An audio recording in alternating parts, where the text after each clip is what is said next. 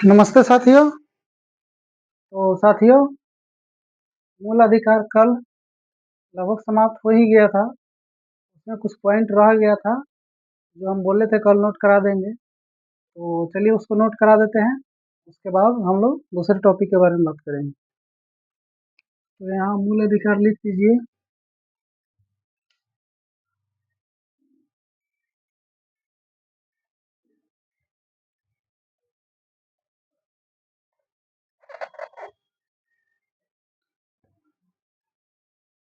Star mark के लिखिएगा। महत्वपूर्ण तथ्य। ठीक। तो साथियों, मूल अधिकार में अनुच्छेद 12 से 35 तक हम लोगों ने देख लिया था। तो इसमें कुछ ऐसे अनुच्छेद हैं जो भारतीय और विदेशी दोनों को प्राप्त है, और कुछ ऐसे अनुच्छेद है जो केवल भारतीय को ही प्राप्त है। तो चलिए उसको देखते हैं।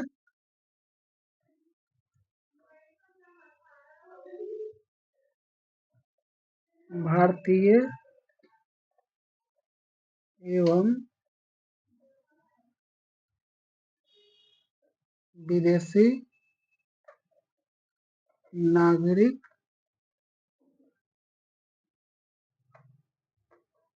को प्राप्त मूल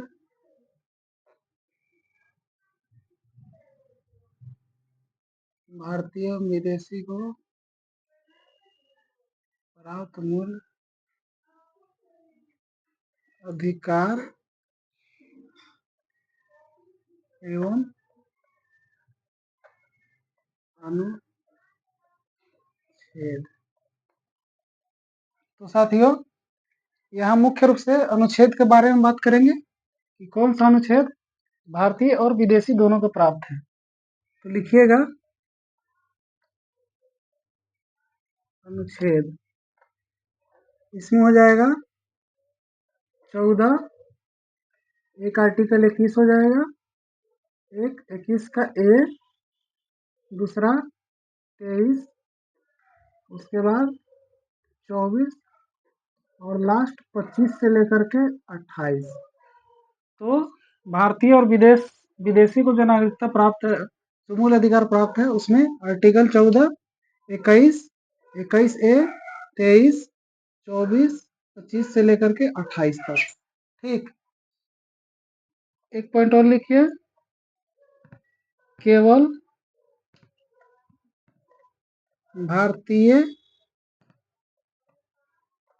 भारतीयों को प्राप्त अनुच्छेद। तो इसमें लिखिएगा, एक तो हो जाएगा 15, 16, 29, 30। 15, 16, 29 और 30, और एक 19 लिखिए। एक मिनट।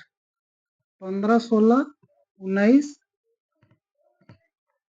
29 और 30। तो केवल भारतीय को जो प्राप्त अनुच्छेद है 15, 16, 19, 29 और 30। तो साथियों, एक दो पॉइंट और नोट कीजिएगा। मूल अधिकार को अस्थायी रूप से जो है उस पर प्रतिबंध कौन लगा सकता है, इसके बारे में। तो मूल अधिकार को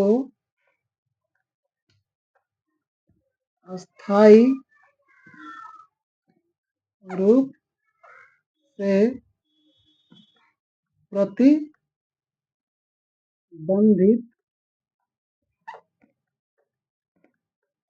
संसद कर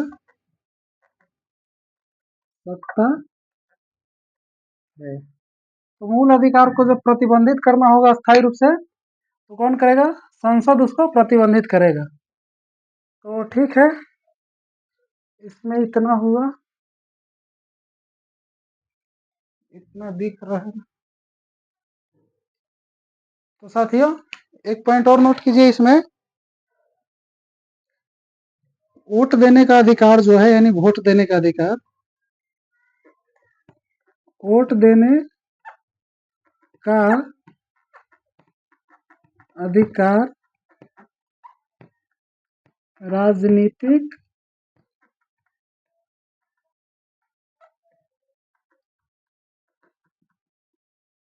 अधिकार है। तो कहने का मतलब जो है, वोट देने का जो अधिकार है वह एक राजनीतिक अधिकार है, ना कि मूल अधिकार।